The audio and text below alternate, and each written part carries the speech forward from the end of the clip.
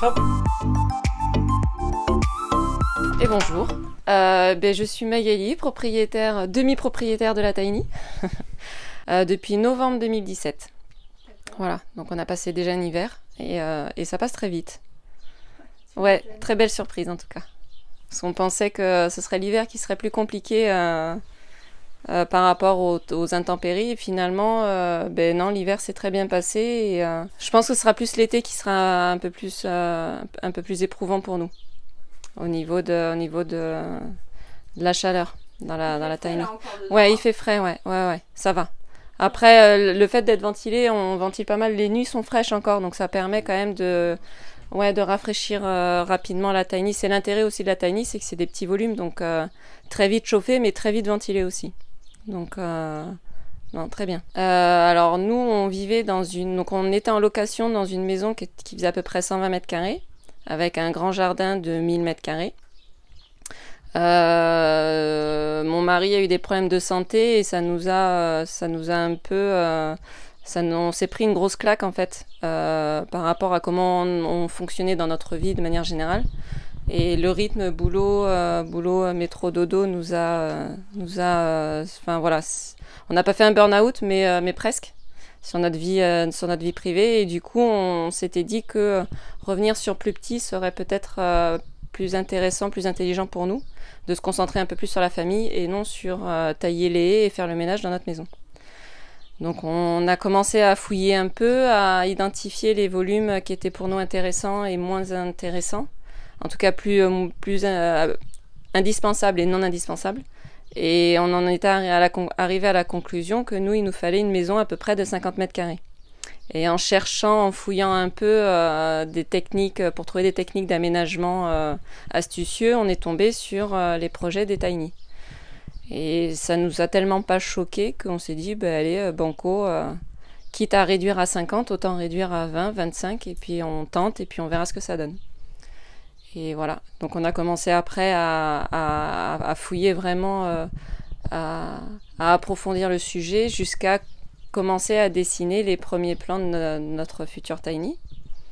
Et quand quand est arrivée l'étape de trouver un constructeur, parce que nous on se sentait pas de le faire tout seul, on a fouillé, on a d'abord trouvé plutôt dans le nord de la France. Bizarrement, on s'est étonné de pas en trouver énormément dans le sud. Et le hasard a fait que on est tombé sur Oxytiny, mais vraiment, page Facebook, ça s'est fait vraiment. Mon mari a vu ça dans la journée, le soir ou le lendemain, on était en contact et l'aventure commençait. Ouais. Mais ça s'est vraiment joué à peu parce que nous on voulait rester local pour le côté pratique et puis rester dans cette idée de faire travailler local. Et on commençait à se résigner, à se dire qu'on allait la faire construire dans le nord. Et ça s'est fait, en 24 heures, on a dit banco, ce sera Oxytiny. Voilà. Alors on va dire 2,5. J'ai mon mari qui a un enfant, mais en garde alternée. Donc une semaine sur 2, on est 3. Il a quel âge ? Il a 13 ans. Il va faire 14 ans bientôt. Voilà, donc vous avez déjà fait la visite, non ? Donc sa chambre, mezzanine, la nôtre, et puis voilà, pièce à vivre. Très grande pièce à vivre, parce qu'on peut étendre les bras, c'est très grand. Voilà. Quand on a emménagé, quand il a commencé à faire très froid, nous, donc la double flue, on l'avait mise en petite vitesse, pensant que ça suffirait. Et effectivement, quand il a commencé à faire très froid, on a commencé à avoir un peu de condensation sur les fenêtres, quand même.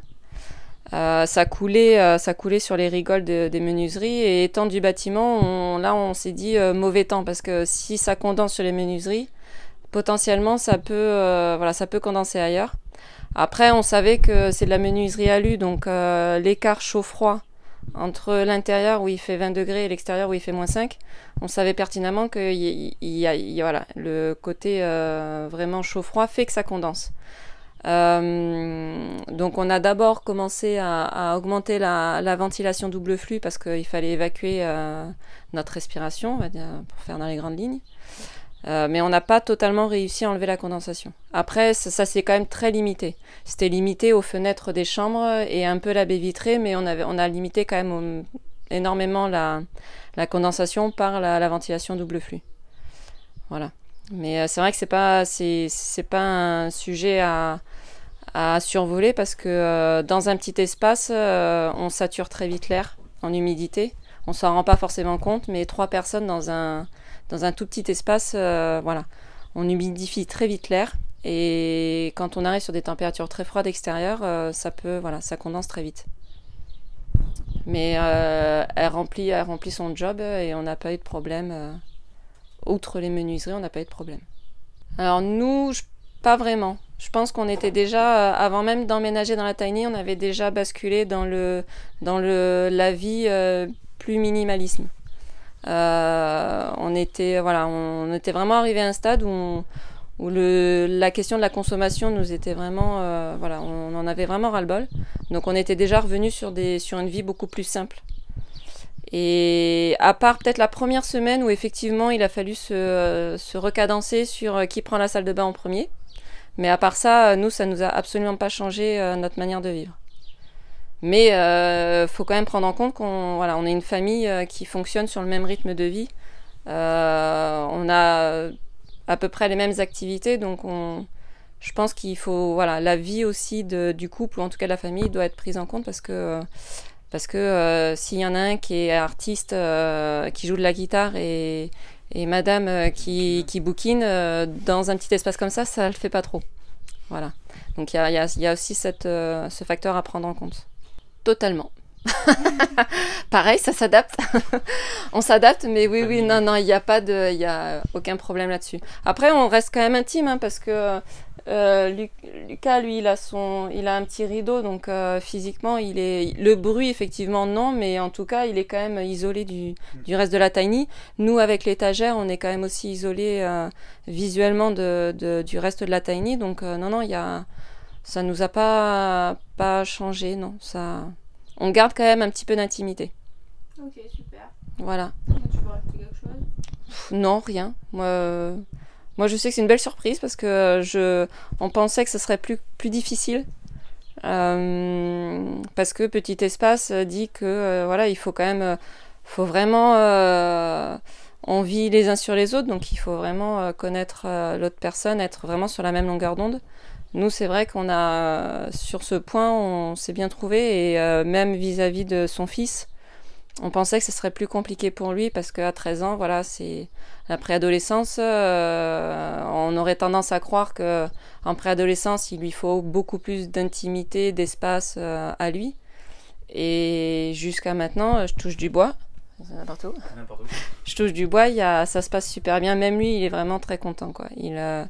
Il a pas, en tout cas, il nous en a pas parlé, mais on n'a pas de point négatif à donner. Alors ça fait peut-être un peu idéaliste, mais on n'a aucun point négatif à apporter à la vie en tiny. Ok. Le bébé, c'est pour quand ? Le bébé, c'est dans les tuyaux. C'est dans les tuyaux. On aimerait rapidement, mais ça arrive. Déjà, il a sa chambre, hein, presque. Bientôt. On se donne rendez-vous dans 1 an et puis on refait un interview avec la vie à 4.